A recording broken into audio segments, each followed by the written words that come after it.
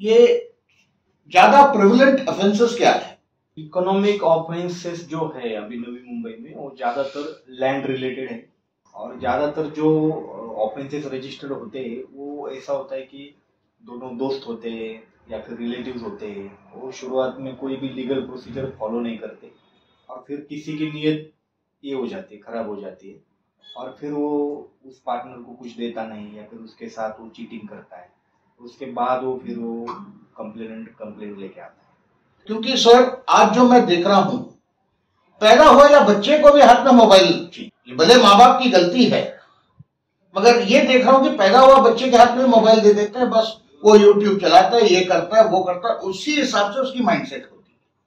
जो बच्चे को मोबाइल हाथ में दे देते हैं वो बच्चा बात करना नहीं होता, बराबर, या ऑटिज्म आ जाते हैं। मतलब जो हमारा एक्शन प्लान जो है, जैसे कि आपने बताया स्कूल, कॉलेजेस, पेरेंट्स मीट वगैरह, वो हमारे एक्शन प्लान में है। और जो आपने अभी बताया मोबाइल का, तो वो डेफिनेटली उसके बारे में भी हम अवेयरनेस करेंगे और सभी मतलब पेरेंट्स ने ये करना चाहिए कि मोबाइल जो है, मोबाइल स्क्रीन जो है, जो बच्चा वो कंटिन्यू देखता रहता है उसका ब्रेन डेवलपमेंट कम होता है।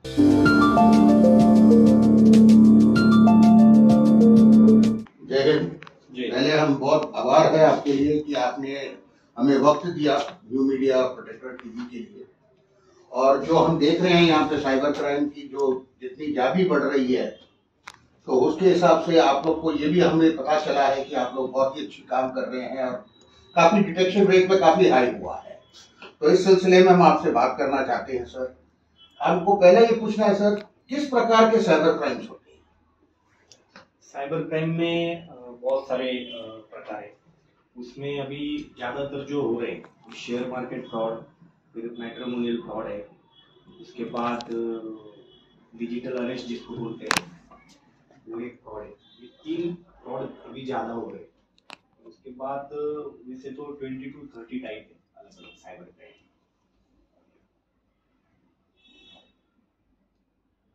ये गए साल में सर ये साइबर क्राइम कैसे इवॉल्व हुआ है, स्टार्ट कैसे हुआ है, कैसे ये लोग की इतनी दिमाग चलने लगी है? अभी 2006 के बाद अगर देखा जाए तो पूरे कंट्री में हमारे कंप्यूटर का एक रिवोल्यूशन आया है। क्योंकि 2006 से पहले ज़्यादा कंप्यूटर किसी को मालूम नहीं था, बहुत कम लोगों को कंप्यूटर का एक्सेस था। 2006 के बाद जो आईटी का बूम आया है इंडिया में, उसकी वजह से हर कोई अभी कंप्यूटर मालूम है, हर कोई व्यक्ति को, और इंटरनेट भी सभी को मालूम है। उसके बाद जो 2000 हम कह सकते 13 या 14 से जो फ्री इंटरनेट का जो कंसेप्ट स्टार्ट किया रिलायंस जियो ने, उसके बाद सभी लोगों के पास इंटरनेट आया। गांव वाला जो लड़का है जो खेती करता है उसको पहले इंटरनेट मालूम नहीं था, लेकिन वो भी अब इंटरनेट यूज कर रहा है क्योंकि इंटरनेट की कॉस्ट भी कम हुई है और मोबाइल की भी कॉस्ट कम होती है। स्मार्टफोन अगर 2010 से पहले किसी को लेना होता था, कोई ले नहीं पाता था स्मार्टफोन, हमारे पास नॉर्मल कीपैड वाला फोन था। लेकिन अभी देखा जाए तो 2000 रुपये से आप स्मार्टफोन ले सकते हैं जिसमें इंटरनेट चल सकता है। तो इसकी वजह से हर किसी के पास आज इंटरनेट का एक्सेस है। और जो हमारे देश में यूपीआई की वजह से जो क्रांति आई है, डिजिटल जो हम ट्रांजैक्शन करते हैं उसमें, तो उसकी वजह से हर किसी के पास भीम ऐप है, उससे वो ट्रांजैक्शन करता है। तो इसकी वजह से हर एक व्यक्ति के पास भीम ऐप है, हर एक के पास मोबाइल है, कोई भी क्यूआर कोड स्कैन करके हम पेमेंट कर सकते हैं। तो इसकी वजह से ये जो फ्रॉडस्टर लोग हैं उनके पास बहुत बड़ा अपॉर्चुनिटी तैयार हुआ है इसमें, क्योंकि जो कम एजुकेटेड लोग हैं वो इसके जल्दी शिकार बन जाते हैं। जो 12th तक जिन्होंने पढ़ा है या उससे कम पढ़ा है, तो उसके पास भी आज स्मार्टफोन है, इंटरनेट है। उसको अगर किसी का कॉल आ जाता है कि आपका ऐसा ऐसा पार्सल एयरपोर्ट पे आया है, आपका नाम है, उसमें ड्रग्स है, और अगर आप 10,000 रुपये अभी नहीं भेजोगे तो हम आपको आके अरेस्ट करेंगे। तो जो कम पढ़ा लिखा आदमी होता है वो डर जाता है और वो तुरंत उसका शिकार बन जाता है। तो इसकी वजह से इंटरनेट, मोबाइल, कंप्यूटर, इसके हर एक आदमी के पास जाने की वजह से फ्रॉड भी ज्यादा बढ़ रहे हैं। सर ये जो ये इतने फ्रॉड्स तो आपने बताया, ज्यादातर करके शेयर मार्केट फ्रॉड होती है और मैट्रिमोनियल फ्रॉड्स होते हैं। ये एक नया कॉन्सेप्ट सुनने में आया सर, जिसका नाम है सेक्सटॉर्शन। यस, इसके बारे में आपको क्या बता सकते हो सर?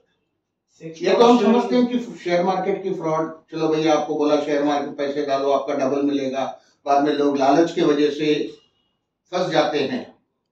बेसिकली हमें ये लगता है ये शेयर मार्केट फ्रॉड इसलिए हो रहा है क्योंकि आदमी की ग्रीड की वजह से हो रहा है, और कोई वजह नहीं है इसका ये होने का कि भाई लालच बुरी जो बोलते हैं ना, वो हिसाब से ही हो रहा है करके ये लगता है। बट सर ये सेक्सटॉर्शन करके एक नया शब्द हमको आजकल सुनने में आ रहा है, तो इसका जरा थोड़ा एलाबोरेटली अगर आप बोलेंगे तो बहुत अच्छा रहेगा।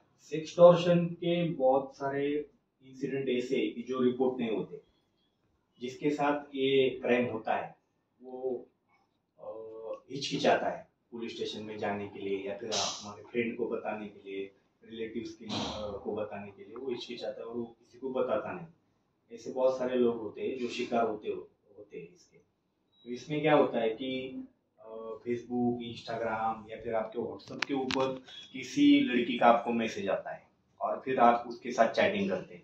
उसके बाद वो आपका व्हाट्सएप का नंबर लेते हैं, व्हाट्सएप का नंबर लेके आपके साथ जान पहचान बढ़ाते हैं और उसके बाद आपको वीडियो कॉल करने के लिए ये करते हैं। जैसे आप वीडियो कॉल करते हैं तो वीडियो कॉल करने के बाद आगे जो होता है वो नेकेड लेडीज या फिर ऐसा कोई होता है जो नेकेड होता है, और जो हमारा वीडियो कॉल पे दिखता है, जो हमारा वीडियो भी सामने को दिखता है, तो वो स्क्रीन रिकॉर्ड कर लेते हैं और फिर वो वीडियो बना के हमको भेज देते हैं कि देखो आप क्या देख रहे थे, और अभी हमें वीडियो आपके फ्रेंड्स को, रिलेटिव्स को, सभी को सेंड करेंगे अगर आपने इतने पैसे हमें दिए नहीं तो इस प्रकार से लोग उसका शिकार हो जाते हैं।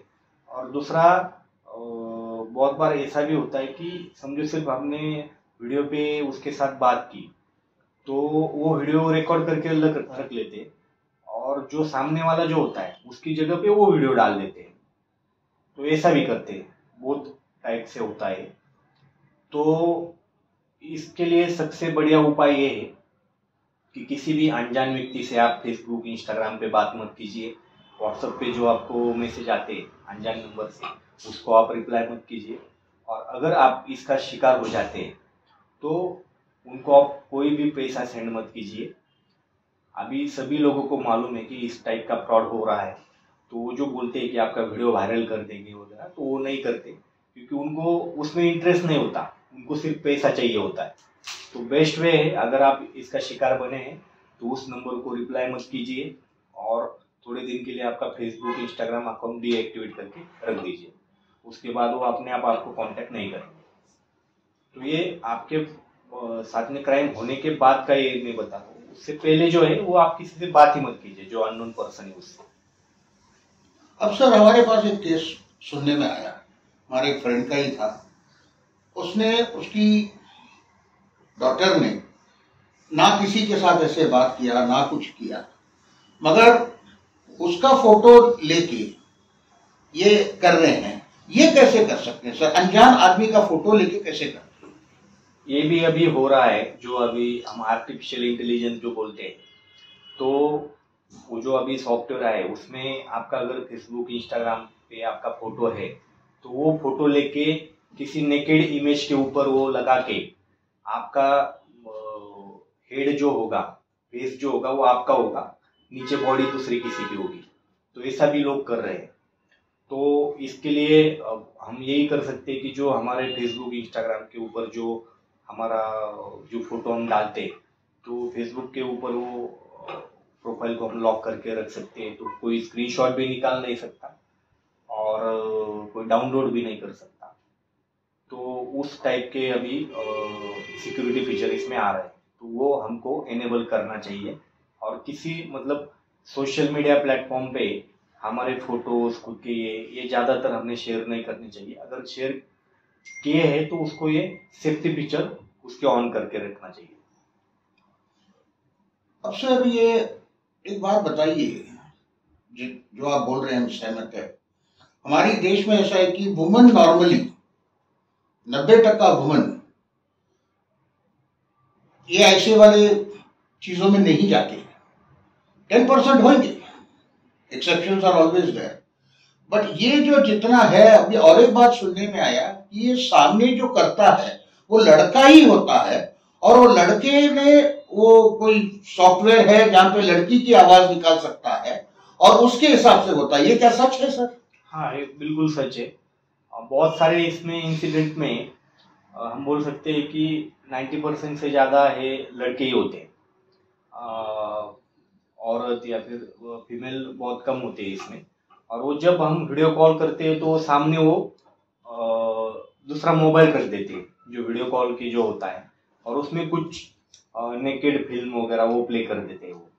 तो जैसे हमारा वीडियो कॉल होता है तो वो स्क्रीन वो मोबाइल के पास में ले लेते हैं, तो ऐसा लगता है कि जो सामने वाला मोबाइल जो है वही वीडियो कॉल है, और वो जो करने वाला जो होता है वो बाजू में खड़ा होता है जो आवाज वगैरह निकालता है। तो ये सब वो रिकॉर्ड कर लेते हैं और फिर वो हमको, मतलब इस हिसाब से सर जो आपके मोबाइल का जो फ्रंट कैमरा है, मतलब उसको भी हैक कर सकते हैं वो लोग?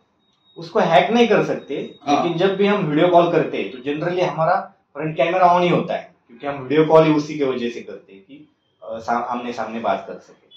तो अगर आपको ऐसा डाउट है कि कोई आपको वीडियो कॉल करने को बोल रहा है तो मैक्सिमम मतलब आपको करना ही नहीं चाहिए अननोन नंबर पे। अगर गलती से आपने किया भी तो आपका अगर फ्रंट कैमरा आपने बंद करके रखा तो वो रिकॉर्ड कर नहीं पाएंगे आपका वीडियो। तो मतलब ये फ्रंट कैमरा जो ऐसा जो फ्रंट कैमरा जो है सर, इसके ऊपर मतलब आप बोल रहे हैं कि ऐसे एक बिंदी या ऐसे कुछ लगा दीजिए, टेप लगा दीजिए ताकि वो नहीं वैसा नहीं बोल रहा हूँ मैं। व्हाट्सएप पे जब हम वीडियो कॉल करते हैं ना, तो उसमें हम कैमरा बंद करने का भी ऑप्शन आता है।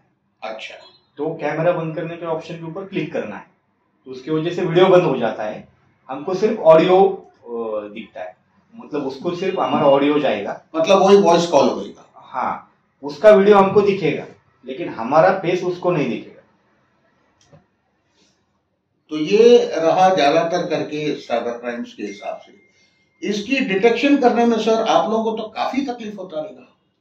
हाँ, इसमें डिटेक्शन में ये बहुत टाइम कंज्यूमिंग प्रोसेस है, और ज़्यादातर हम बोल कर सकते हैं कि ज़्यादा एक्सपेंसिव प्रोसेस है, क्योंकि जो फ्रॉडस्टर जो होते हैं वो इंडिया में कहाँ पे भी बैठे हो सकते हैं।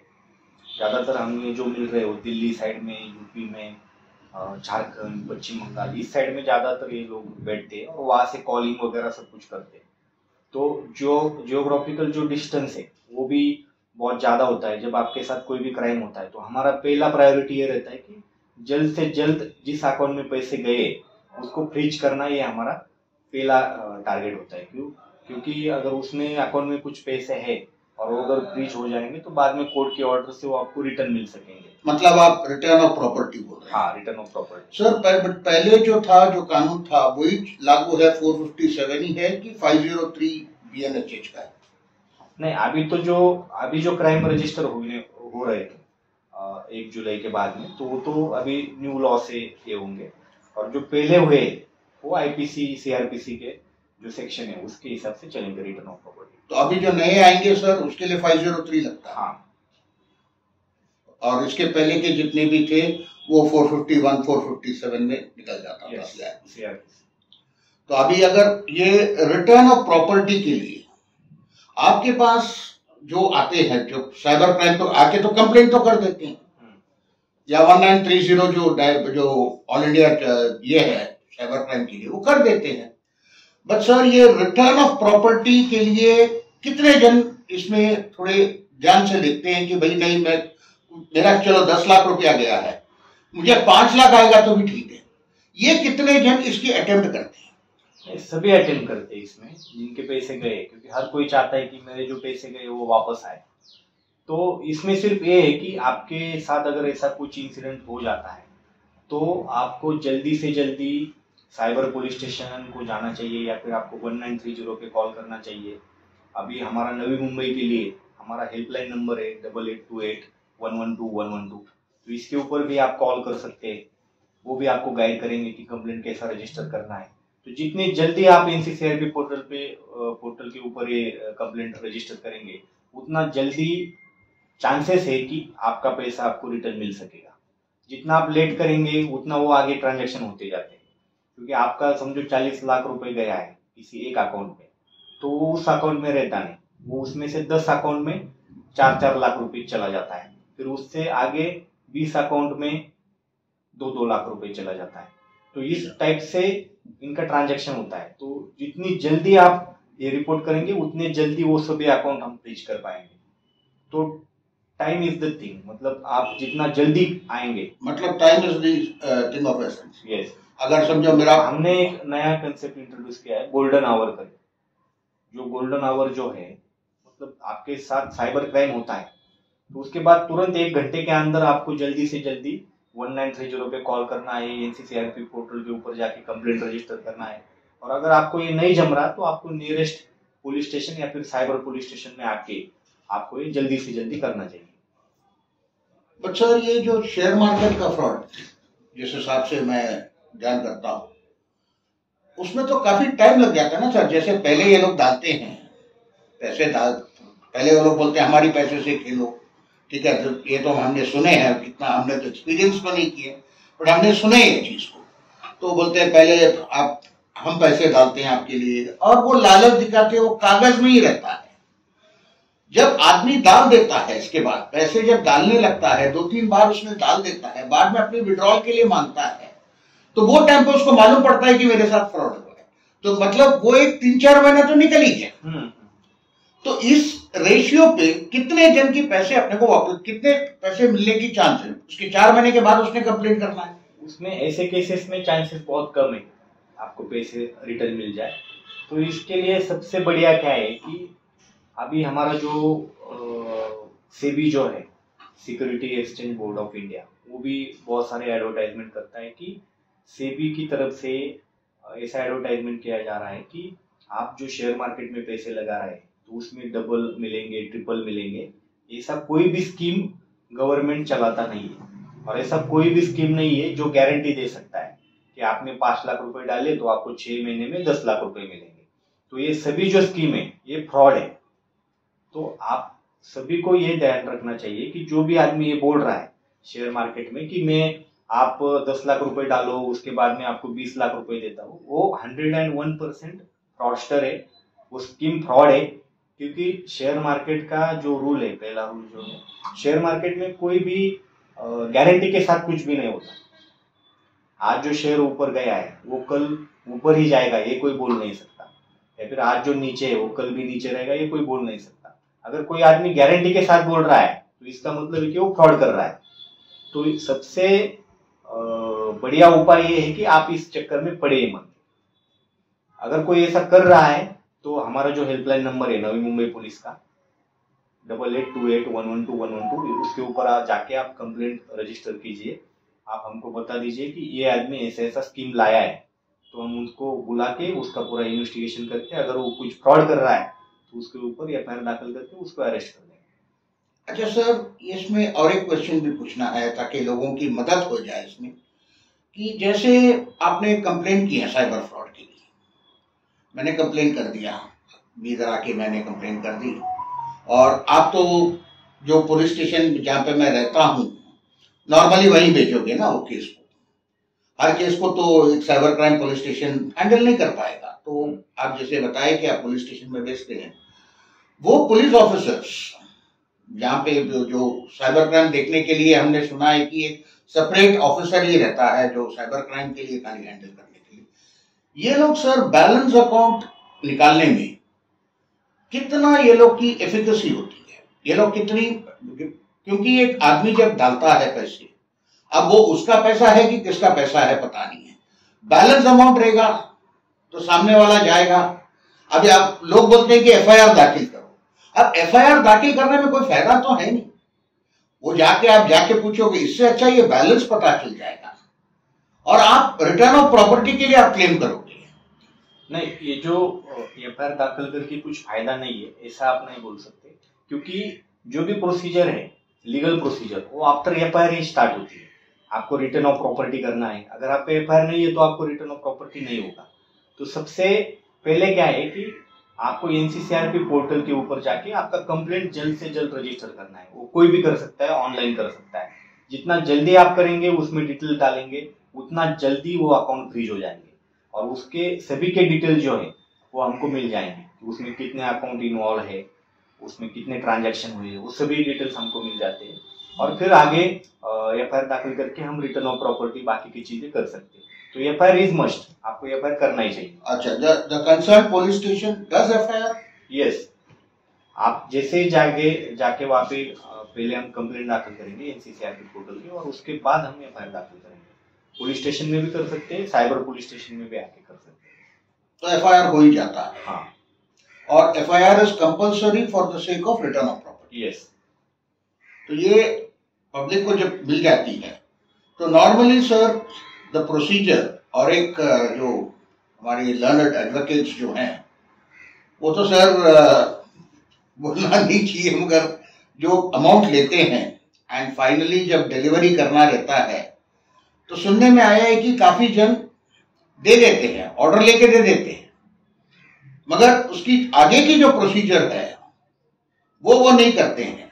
एंड फाइनली क्या होता है कि बैंक में जो पैसे हैं, आपके जो बैंक में जो बैलेंस अमाउंट के हिसाब से आपने जो लिख के भी देते हैं, व्हाटएवर इट इज, वो प्रोसीजर तो मुझे नहीं पता है, मगर जैसे आप लिख के भी देते हैं वो देखते हैं कि बाद में बैंक में बैलेंस ही नहीं है।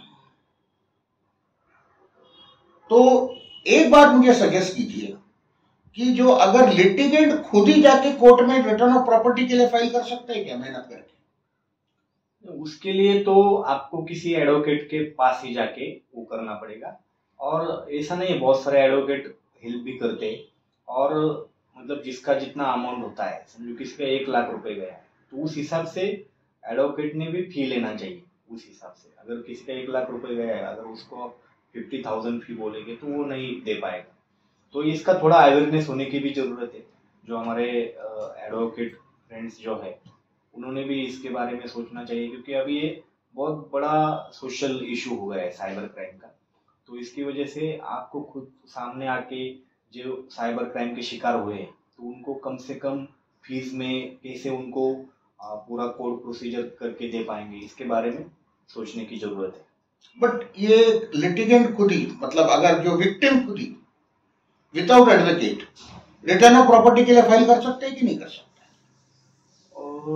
आई थिंक कर सकता है, लेकिन उसको कोर्ट का जो पूरा प्रोसीजर जो है उसको मालूम नहीं होता। तो उसकी वजह से अगर किसी एडवोकेट का अगर उसने सहयोग लिया तो ज्यादा अच्छा होता है। अब ऐसे भी लोग हैं ना सर जो थोड़ी बहुत जानते हैं, तो जो अभी समझो कि एक गरीब इंसान है, उसके लिए अगर 2 लाख रुपया गया या 5 लाख रुपया गया है तो उसके लिए 5 करोड़ का बरोबर है। बरोबर, करेक्ट। तो अगर उसको हेल्प करे कोई लोग, जैसे आप लोग भी जितनी जानकारी लोग हैं, उसको कोई हेल्प करे और उसको फाइल करके उसको सिखाए, तो is it not possible that he can fight his own case? Yes, ये कर सकते हैं हम। इसके बारे में आपका सजेशन अच्छा है। इसके बारे में हम भी एक इसका प्रोसीजर क्या होता है उसका वीडियो बना के हम अवेयरनेस इसका भी करेंगे कि आपको प्रोसीजर एक्चुअल क्या करना है। तो जो प्रोसीजर जैसे बना दिया, जैसे मैंने एक फ्लोचार्ट बनाया भी, मैं आपको शेयर करता हूं और आप मुझे बताइए कि ये सही प्रोसीजर जो मैं बता रहा हूं कि ये इंटरेस्ट है क्या, क्योंकि इसके हिसाब से मुझे ऐसे लगता है कि आखिर में जो विक्टिम खुद ही भागना पड़ता है और पैसे भी सामने देता है, तो इससे अच्छा अगर उसे प्रोसीजर पता चल गया तो खुद ब खुद फाइल कर सकता है। जहां पे उसका 25-50 खर्चा होना है वहां पे उसका 2-5 में खर्चा हो जाए, निकल जाए। तो ये भी अवेयरनेस अपन क्रिएट कर सकते हैं क्या सर? वही मैं आपको बोला कि इसके बारे में एक पूरा प्रोसीजर का हम वीडियो बनाएंगे कि क्या प्रोसीजर होता है रिटर्न ऑफ प्रॉपर्टी का, वो सबके साथ शेयर करेंगे। हमारा जो व्हाट्सएप चैनल जो है नवी मुंबई पुलिस का, तो अगर आप जो लोग अभी देख रहे हैं अगर वो फॉलो कर रहे हैं तो अच्छी बात है, अगर नहीं कर रहे तो आप सभी ने वो फॉलो करना चाहिए। उसके ऊपर हम प्रोसीजर का वीडियो भी वो अपलोड कर देंगे ताकि आपको सभी को पता चले कि क्योंकि पर्सनली ये क्वेश्चन भी मैंने आपको इसलिए पूछा क्योंकि पर्सनल इंटरेस्ट से पूछा, क्योंकि जब हम आते हैं आप लोगों से मिलने के लिए, हमारी जो पॉडकास्ट करने के लिए क्या क्या हो रहा है करके, तो हम देखते हैं कि वहां पे भी जो सीनियर के पास जब हम बैठ के कोई पुलिस स्टेशन में हम इंटरव्यू ले रहे हैं, तो हम ये भी देखते हैं कि भाई वो बोलता है कि सर एडवोकेट इतना पैसे मांग रहा है, सर हमारे पास है नहीं, हम क्या करें सर। तो आखिर में पुलिस के पास आके ही वो लोग डिपेंड हो जाते हैं। तो इसलिए अगर हम सोसाइटी के लिए, एक सोशल कॉज के लिए उनको बताएं कि this is the procedure, this is the way you have to go. Yes. और हमारे एडवोकेट फ्रेंड्स में से 3-4 लोग अगर if they are ready to do this social service, तो क्यों ना हमको इन्वॉल्व करके ये लोग जो विक्टिम्स जो है इनकी हम फायदा कर रहे हैं। यस, डेफिनेटली हम इसके ऊपर काम करेंगे। तो ये मेरा एक विचार था, तो मैंने सोचा कि आपके साथ शेयर कर दूं इस विचार को, एंड किस हिसाब से हम सोसाइटी की डेवलपमेंट के लिए हम देख सकते हैं। ये मेरा बेसिक इंटरेस्ट था सर। और जिस हिसाब से आज साइबर क्राइम जो रोज पेपर खोलो, businessman ड्यूप्ड of 40 lakh, doctor ड्यूप्ड of 1 crore, और मेरे हिसाब से सर ये साल का ही डिटेक्शन, ये साल का ही साइबर क्राइम जो शायद आप लोगों को पता रहा रहेगा, I am talking from January to December, it should be somewhere in the region of over 200 crores. Yes, yes. Because every day paper में दिखता है। अगर आप एवरेज के हिसाब से देखा जाए तो डेली 50 लाख टू 1 CR के आसपास। That is only Mumbai city. Navi Mumbai, only Navi Mumbai. 1 crore per day. Yes, 50 lakh to 1 crore. तो इसका जो है साइबर क्राइम जो हम कंट्रोल में ला सकते हैं, वो सिर्फ अवेयरनेस ही एक ऐसी चीज है। दैट मींस ये जो 50 लाख टू 1 करोड़ आप जो आप बता रहे हैं, जो आपके पास डेटा आता है, जो आपके पास कंप्लेंट आया है, जो कंप्लेंट ही नहीं करता है, दैट इज सेपरेट।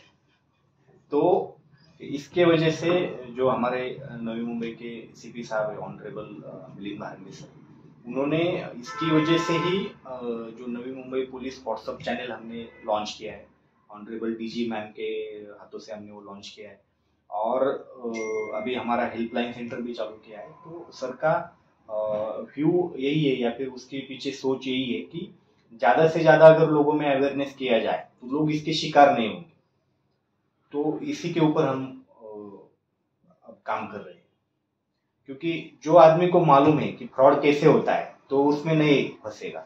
जिसको मालूम ही नहीं ये फ्रॉड है तो जल्दी शिकार बन जाता है। और आज सर अपने ऑनरेबल सीपी साहब आने के बाद खास करके जो हम जाते हैं पुलिस स्टेशन में गए, तो ऐसे लगता है कि भैया एक हमारा घर है।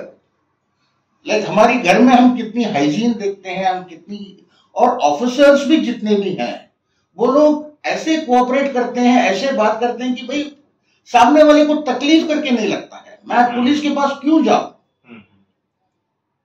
ये फीलिंग हमने देखे हैं कि बहुत सारी जगह में, जैसे हमने सीबीडी पुलिस स्टेशन में लिया था गिरिधर गोरे साहब का, यहाँ आए हैं, यहाँ गजानन कदम साहब के साथ हमने किए हैं, फिर हम अनिल पाटिल साहब पनवेल के किए हैं। सो हम देखते हैं कि जब भी हम वहां पे जाते हैं तो एक फैमिली सॉर्ट ऑफ एटमॉस्फेयर, मतलब आए भैया पानी दिए, आराम करो, चाय लोगे क्या। तो ये देख के आजकल पब्लिक का भी ओपिनियन चेंज होने लगा है। और ये अगर कंटिन्यू होता है और ये अगर ये सेम स्पिरिट रहता है, तो जो हमारी मकसद जो है कनेक्टिंग पुलिस विद कम्युनिटी, वो मकसद में हम।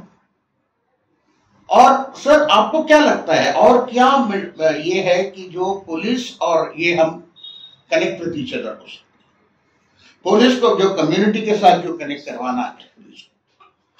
देखो सर, पुलिस भी एक इंसान ही है। पुलिस हमारी रक्षा के लिए है, वो लोग हमको सताने के लिए नहीं है।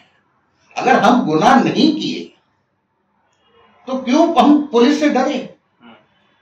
तो यही सोच की जरूरत है। अगर आपने कोई क्राइम किया नहीं है, आपने कोई गुनाह किया नहीं है, तो आपको बिल्कुल डरने की कोई जरूरत नहीं है। आप पुलिस स्टेशन आ सकते हैं, पुलिस लोगों से मिल सकते हैं, पुलिस स्टेशन में आके आपका कंप्लेंट आप दाखिल कर सकते हैं। तो जितना आप पुलिस के बारे में, लॉ के बारे में जानकारी रखेंगे, उतना आपको मालूम होगा कि पुलिस की पावर क्या है, कॉमन सिटीजन की पावर क्या है, लॉ में क्या लिखा है। जितना आप ज़्यादा नॉलेज लेंगे उतना आपका डर कम हो जाएगा। और दूसरा, अगर आपने कोई क्राइम किया नहीं तो आपको डरने की जरूरत नहीं, क्योंकि पुलिस का काम ही ऐसा होता है कि पुलिस जब काम करती है तो कोई ना कोई पार्टी नाराज होती है। एक तो फिरियादी पार्टी होती है या फिर आरोपी पार्टी होती है, तो कोई ना कोई पार्टी नाराज होने वाली है पुलिस के ऊपर। तो इसके बारे में तो हमको आदत ही है। लेकिन जो हमारा मतलब जो सभी का काम होता है कि जो रियल है, जो ट्रूथ है, तो वो फाइंड करना हमारा काम है इन्वेस्टिगेशन से। तो उसको हम ट्रूथ फाइंड करने की कोशिश करते हैं हर क्राइम में। और अगर आपने कुछ किया नहीं तो डरने की जरूरत नहीं है सर। और ये जो अभी हम जो कर रहे हैं व्हाट्सएप चैनल, हेल्पलाइन नंबर, तो उसके पीछे का भी रीजन यही है कि ज़्यादा से ज़्यादा लोग हमसे जुड़े, हेल्पलाइन के ऊपर कॉल करें, उनके प्रॉब्लम हमें बताएं, क्या उनको अड़चन क्या है। तो उसकी वजह से हमको भी पता चलेगा और लोगों को भी एक अच्छा एक्सपीरियंस आएगा। सर, हम ये चाहते हैं, प्रोटेक्टर मैगजीन और प्रोटेक्टर टीवी ये चाहती है कि पुलिस स्टेशन में आम आदमी सिर्फ कंप्लेंट के लिए खाली नहीं जाए। भाई गए, वेलफेयर पूछे, कैसे हैं सर, बस ऐसी घर से गुजर रहा था, आपको मिलने के लिए आया सर, कैसे है सर, सब ठीक ठाक। तो इसमें क्या होता है कि आदमी का जो रिलेशनशिप जो बढ़ती है पुलिस वाले लोग के साथ, तो वो पुलिस वाला भी दिल खोल के उसको सपोर्ट करने के लिए आएगा। अभी हम कोई इंसानों को देखते हैं सर, देयर आर पीपल, इसलिए हम ये बात कर रहे हैं आपसे, कि जैसे गाड़ी में जा रहे हैं, पानी की बोतल रखते हैं, जो ट्रैफिक कांस्टेबल वहां पे जो खड़ा है उसको एक ठंडा पानी का बोतल निकाल के देते हैं, उसके मन में कितनी शांति आएगी। वह हमारे बारे में कुछ सोच रहा है। ऑफ कोर्स उसको भी ये डाउट रहेगा, ये कहीं कुछ लफड़ा तो नहीं करके आया। सी, इट इज बट नेचुरल, क्योंकि कोई पुलिस वाले के पास आके नहीं करता है। बट अगर वैसे करके 2-3 बार उसको देख लिया, तो उसने एक बार पूछा, भाई सर आप पानी क्यों मुझे दे रहे हो हर बार? तो उसने बोला, भाई आप धूप में खड़े रहते हैं, मेरी गाड़ी में है, मुझे लगा कि आपको पिलाना है। सो वो कांस्टेबल को इनके ऊपर कितनी इज्जत आएगी। See, my idea is, how can the community command respect from police? Don't demand respect. How can you command respect? आज आप चले जाओ कहीं भी पुलिस स्टेशन में, आप जाओगे ऐसे खड़े रहोगे, ठीक है, वो एकाग्रता आनी चाहिए, बिकॉज यूनिटी इज। आप जो कह रहे हैं वो भी है। और पुलिसिंग कैसा होता है, पुलिसिंग में professional policing and community policing, तो ये दोनों जो चीजें हैं उसका बैलेंस होना चाहिए। ज्यादा कम्युनिटी पुलिसिंग भी नहीं होनी चाहिए और ज्यादा प्रोफेशनल पुलिसिंग भी नहीं होना चाहिए, मतलब दोनों का मिक्स होना चाहिए। क्योंकि दोनों भी अगर ज्यादा एक्सटेंड में जाएंगे हम एक ही साइड में, तो उसके प्रॉब्लम्स है, उसके भी प्रॉफिट लॉस दोनों चीजें हैं उसमें। तो दोनों का बैलेंस होना चाहिए, professional policing and community policing. अब सर ये हुआ अपनी साइबर की हिसाब से, हमें तो ये खबर है कि आप 2 डिपार्टमेंट देखते हो, एक साइबर होगी और एक ईओडब्ल्यू होगी। तो सर हम ये सोच रहे हैं कि ईओडब्ल्यू के बारे में भी थोड़ी आपसे जानकारी ले लेंगे और उसके हिसाब से जो टोटल इंफॉर्मेशन है जो पब्लिसाइज करना है वो हम कर सकते हैं। जैसे पहले हमको ये पूछना है सर, ये ज्यादा प्रिविलेंट ऑफेंसेस क्या है? Economic offence. अब मैं साइबर खत्म कर लिया सर, आपकी इजाजत हो तो, और हमने ईओडब्ल्यू पे आए, आपकी दूसरी पोर्टफोलियो पे? इकोनॉमिक ऑफेंसेस जो है अभी नवी मुंबई में वो ज्यादातर लैंड रिलेटेड है, जो रियल इस्टेट जो प्रोजेक्ट है उसके बारे में है ज्यादातर।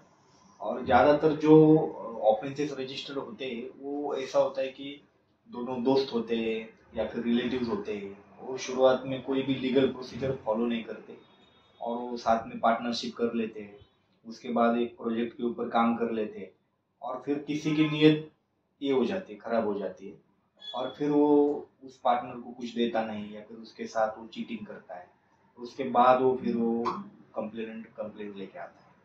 तो ज़्यादातर केसेस ऐसे हैं कि जिसमें हमने अपना नज़दीकी है इसके ऊपर विश्वास करना चाहिए, इस हिसाब से विश्वास डाला, कोई भी लीगल प्रोसीजर फॉलो नहीं की और बाद में फिर अड़चन आई। जैसे एग्जाम्पल ये नेरोज में जो मर्डर हुआ है पेपर में हमने पढ़े हैं, तो वैसे टाइप के ज्यादा, तो उसमें मर्डर हो गया लेकिन ज्यादा मतलब धोखाधड़ी, ईओडब्ल्यू बेसिकली धोखाधड़ी थी। तो ये धोखाधड़ी की वजह से आगे बढ़ के मर्डर हुआ है। हाँ, द रूट कॉज धोखाधड़ी है ना। तो एक एग्जाम्पल के तौर पे मैं पूछ रहा था कि इज इट कोरिलेटेड? हाँ, कोरिलेट कर सकते हैं हम, क्योंकि पैसे के कारण ही हुआ है, तो ऐसा ही होता है जनरली। ये इकोनॉमिक ऑफेंसेस जो है ये कैसे इवॉल्व हुआ है सर पास से लेके? इसका इवॉल्व मतलब अभी हम बोल सकते हैं कि जो डेवलपमेंट हो रहा है हमारे यहाँ पे, 15-20 साल पहले का जो सिचुएशन था उससे बहुत डिफरेंट सिचुएशन आज है। पहले जो 20 साल पहले जो लैंड था उसको इतना वैल्यू नहीं थी, अभी थोड़ा सा भी लैंड होगा तो उसको बहुत सारा वैल्यू आया है। और जो लोग पहले फार्मर थे जिनकी खेती वगैरह थी तब उसको इतना वैल्यूएशन नहीं था उसका, लेकिन जैसे अर्बनाइजेशन हो रहा है उसकी वजह से खेती की भी प्राइसेस बढ़ रहे हैं। जो सिटी को लग के जो होता है एरिया जो खेती होती है तो उसके प्राइस अभी बहुत बड़े हैं, तो जो भाई भाई जो होते हैं उनमें उसके कारण अभी झगड़े हो रहे हैं प्रॉपर्टी के कारण। क्योंकि पहला ऐसा था कि 10 लाख रुपए समझो एकड़ का खेती था तो इतना ज़्यादा अमाउंट नहीं था, अगर वही खेती आप 2 करोड़ 3 करोड़ रुपए एकड़ में जा रहा है तो हर किसी भाई भाई में भी आप झगड़े हो रहे हैं। उनका जो डिवाइडेशन है वो ठीक से हुआ या नहीं हुआ, और फिर भाई भाई हो गए, दोस्त हो गए, रिलेटिव्स हो गए, तो इसके वजह से वो ज़्यादा झगड़े हो गए प्रॉपर्टी के कारण। और सर ये फाइनेंशियल इंस्टीट्यूशन आपको कितने सपोर्ट करते हैं ये ओवरकम करने के लिए? इकोनॉमिक एंड साइबर दोनों के बारे में बोल। हाँ, ये फाइनेंशियल इंस्टीट्यूशन जो है इसको प्रिवेंट करने के लिए और इन्वेस्टिगेशन प्रोसेस में। हाँ, तो अभी साइबर क्राइम का जो हमारा इन्वेस्टिगेशन है उसमें कुछ दिक्कतें बैंक के साइड से आ रही है, तो उसी के कारण हमने जो उनके चीफ विजिलेंस ऑफिसर है उनका एक मीटिंग लेके उनको हमारी तरफ से क्या अपेक्षा है, बैंक ने क्या करना चाहिए वो उनको बता दिया है, उसके ऊपर हम काम कर रहे हैं। और जो इकोनॉमिक ऑफेंसेस जो है उसमें तो मतलब जो हम लेटर दे देते हैं बैंक को, फाइनेंशियल इंस्टीट्यूशन को, तो वो उसका आंसर हमको दे देते हैं, उसमें कुछ ज्यादा दिक्कत। तो रेस्पॉन्स ईओडब्ल्यू मैटर्स में ज्यादा है और साइबर में कम होता है? वैसा नहीं बोल सकते हम। ईओडब्ल्यू मैटर में क्या होता है, रिटर्न ऑफ प्रॉपर्टी या फिर ये ज्यादा नहीं होता, ये चीजें ज्यादा होती नहीं। सर ये भी कारण हो सकता है क्या कि जो ईओड में जो ऑफेंसेस आते हैं, इकोनॉमिक ऑफेंसेस जो आते हैं, उसका प्रॉपर वेरिफिकेशन उनका बैंक अकाउंट है, बट वेरएस साइबर फ्रॉड में कोई बैंक अकाउंट की वेरिफिकेशन वगैरह कुछ ढंग का नहीं होता है। वो अभी मतलब जो इकोनॉमिक ऑफेंसेस जो होते जो ईओडब्ल्यू में जो रजिस्टर्ड होते हैं तो वो जो प्रॉपर्टी रिलेटेड होते हैं तो वो ज़्यादातर कंप्लेनेंट और एक्यूज ये दोनों हमारे एरिया का ही होते हैं, नवी मुंबई के होते हैं। प्लेस ऑफ इंसिडेंट जो होता है वो भी हमारे यहाँ पे होता है, तो दोनों लोग यही के होते हैं, तो उनके अकाउंट भी यहाँ के ही होते हैं। साइबर क्राइम में वैसा नहीं होता। साइबर क्राइम में जो फ्रॉडस्टर अकाउंट यूज करते हैं वो कहीं का भी हो सकता है ऑल इंडिया में। तो सर बैंक का एक रूल है क्या ऐसा कि when they do जब वो लोग अकाउंट ओपन करते हैं, ये कहीं तो मैंने पढ़ा हूँ, तो इसके लिए मैं आपसे क्लैरिफाई कर रहा हूँ। तो physical verification is also a must. और जैसे आज भी हमको बोलते हैं केवाईसी आपको लिंक करना है, ठीक है, आपका केवाईसी को बरामद रखना है, तो इसके बावजूद ये फ्रॉड्स हो रहे हैं, तो isn't there a possibility that the bank staff is also involved into this? Yes, कुछ केसेस में रीजनेबल डाउट हमको आया है और कुछ केसेस में हमने बैंक मैनेजर को भी एक्यूज बनाया है, अरेस्ट भी किया है, जिसमें हम पूरा श्योर है कि ये इन्वॉल्व थे। और ऐसे हो रहे बहुत सारे केसेस में बैंक ऑफिशियल भी इन्वॉल्व हो रहे। तो जो आप फिजिकल वेरिफिकेशन का जो बोल रहे हैं, फिजिकल वेरिफिकेशन जो करंट अकाउंट के लिए जो है वो ज्यादातर स्ट्रिक्ट होना चाहिए हर एक बैंक का। बैंक वालों को भी टारगेट होता है इतने करंट अकाउंट ओपन करने महीने के, तो उस हिसाब से वो उतना ज्यादा देखते नहीं, और फिर उसी का ये फ्रॉडस्टर ज्यादा बेनिफिट ले लेते हैं। कोई भी अगर करंट अकाउंट ओपन करना होगा तो आपको कोई तो फर्म चाहिए या फिर आपको कोई तो बिजनेस चाहिए जिसके लिए आपको करंट अकाउंट चाहिए, तो वो जो प्लेस ऑफ जो आपका बिजनेस है वो बैंक मैनेजर ने जाके वेरीफाई करना चाहिए, उसके बाद ही वो करंट अकाउंट ओपन करके देना चाहिए। लेकिन जो हमारे जो अभी केसेस है साइबर क्राइम के, उसमें 90% से ज्यादा करंट अकाउंट ही यूज होते हैं, क्योंकि करंट अकाउंट का लिमिट ज्यादा होता है, ट्रांजैक्शन का झट से ट्रांजैक्शन हो जाता है। सेविंग अकाउंट इतना ज्यादा यूज नहीं करते, लेकिन जो करंट अकाउंट जो है उसके नॉर्म्स और स्ट्रिक्ट होने चाहिए और फिजिकल वेरिफिकेशन और अच्छे से होना चाहिए। और जो जिस भी अकाउंट से सस्पिशियस एक्टिविटी या फिर सस्पिशियस ट्रांजैक्शन लग रहे, तो बैंक मैनेजर ने खुद से वो इन्फॉर्म करना चाहिए, पुलिस को इन्फॉर्म करना चाहिए, आरबीआई को करना चाहिए, इनकम टैक्स को करना चाहिए। अगर वो प्रोएक्टिवली करते तो हो सकता है कि ये करंट अकाउंट कम हो जाए। एंड मोर देन दैट, अगर ये proactive the bank manager also there, मतलब इसकी वजह से अपनी साइबर क्राइम भी काफी कुछ कम हो। हाँ, अगर करंट अकाउंट जो ये बन रहे ज्यादा से ज्यादा, जो फ्रॉडस्टर बना रहे, अगर वो कम होते तो उसका डायरेक्टली इफेक्ट इसके ऊपर होगा, साइबर क्राइम के ऊपर। और बहुत सारे लोग ऐसे भी हैं जो करंट अकाउंट ओपन करके रेंट पे दे देते चलाने के लिए, और उससे फिर फ्रॉडस्टर से पैसा लेते। अगर ऐसा हमारे इन्वेस्टिगेशन में आता है तो करंट अकाउंट होल्डर जो उसको भी हम एक्यूज बनाते हैं, उसको भी अरेस्ट कर लेते हैं। और सर जैसे जो समझिए कि आप क्या स्ट्रैटेजीज यूज करते हैं जो to improve the prosecution of this crimes? तो बेसिकली ईओडब्ल्यू में स्ट्रैटेजी यही होती है कि जो कंप्लेंट ने कंप्लेंट दिया है उसमें जो उसने लिखा है कि मेरे साथ ऐसा ऐसा फ्रॉड हुआ या फिर मेरे साथ ऐसा ऐसा चीटिंग हुआ, तो उसके जो की पॉइंट जो होते हैं उसके ऊपर हम फोकस करते हैं, उसका एविडेंस हम कलेक्ट करने की कोशिश करते हैं।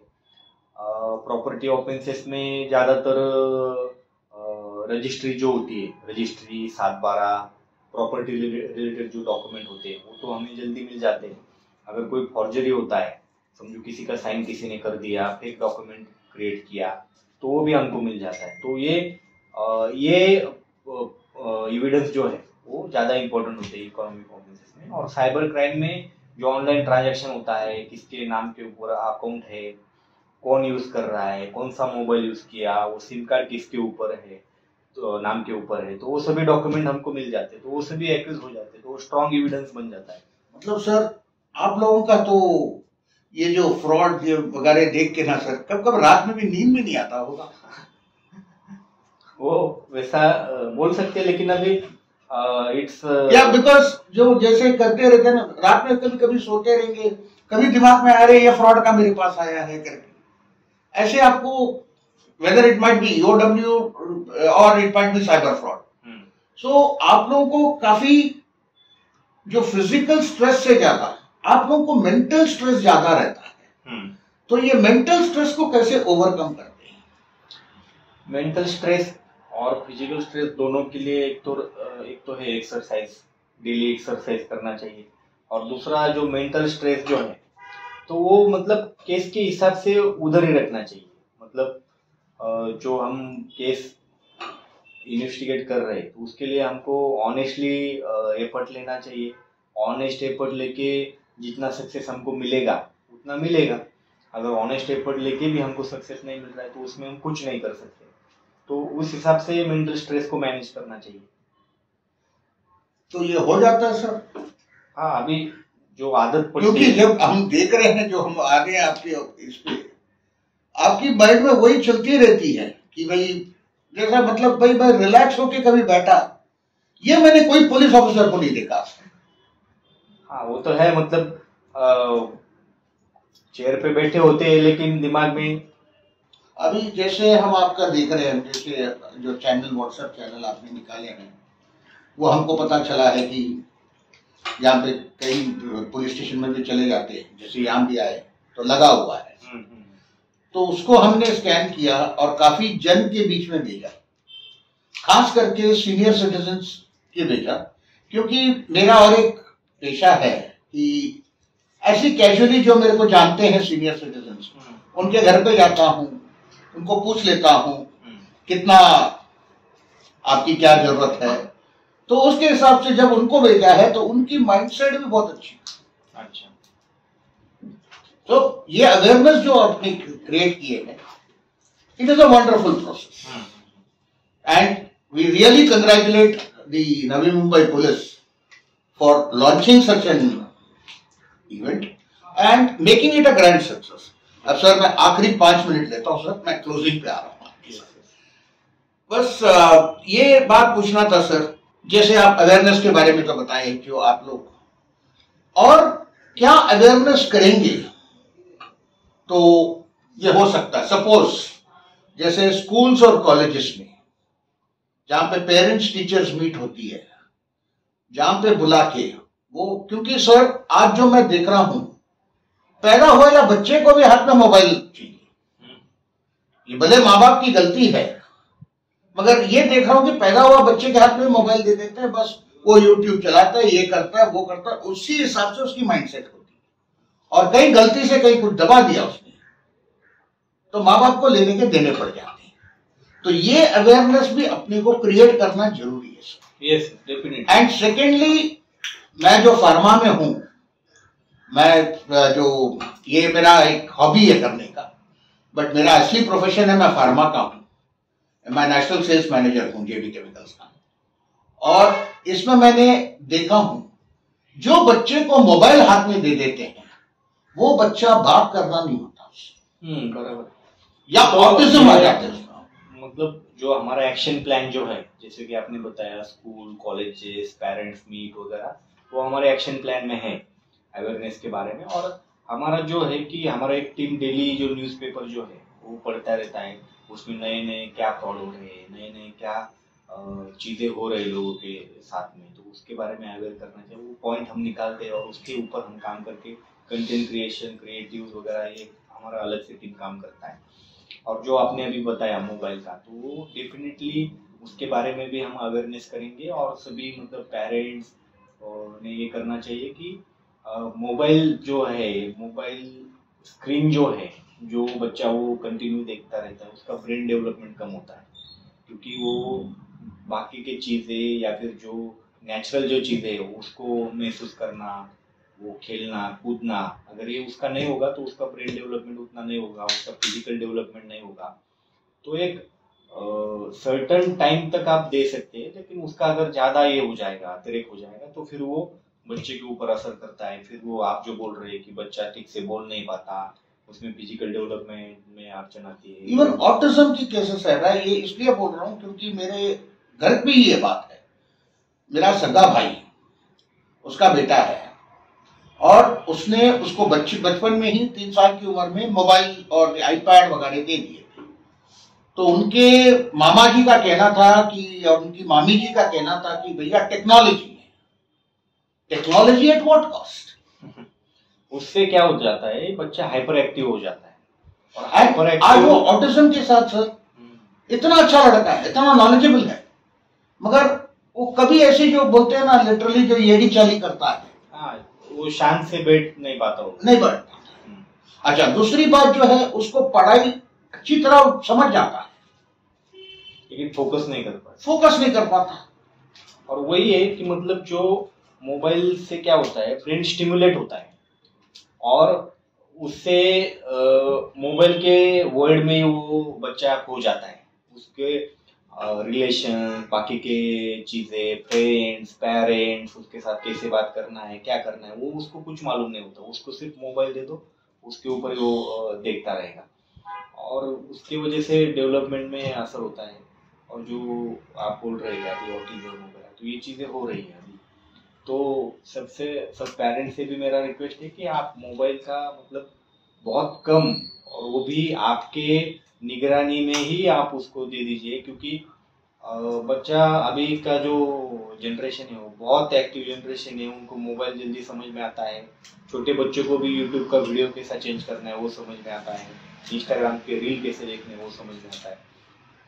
उसके पास मोबाइल देके अगर आप दूसरा काम करने लगे तो वो मोबाइल पे कुछ भी देखेगा। यूट्यूब पे एक वीडियो 1 मिनट पे देख के फिर चेंज करेगा, फिर दूसरा, फिर तीसरा, फिर चौथा। जो इंस्टाग्राम के रील होते हैं जो हम ऊपर करते रहते हैं, तो उसकी वजह से नेचुरली हमारा फोकस करने का जो हमारा शक्ति है वो कम हो जाता है।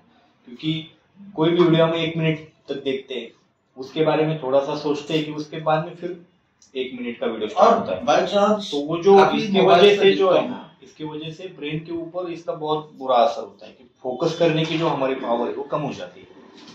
और दूसरी बात भी ये इसलिए मैं मना करता हूँ सर, क्योंकि आप काफी सीन्स में देखेंगे कि डबल एक्स, सिंगल एक्स भी दिखाया जाता है कोई कोई यूट्यूब में या फेसबुक में या तो बच्चे के दिमाग उसी ओर चली जाती है।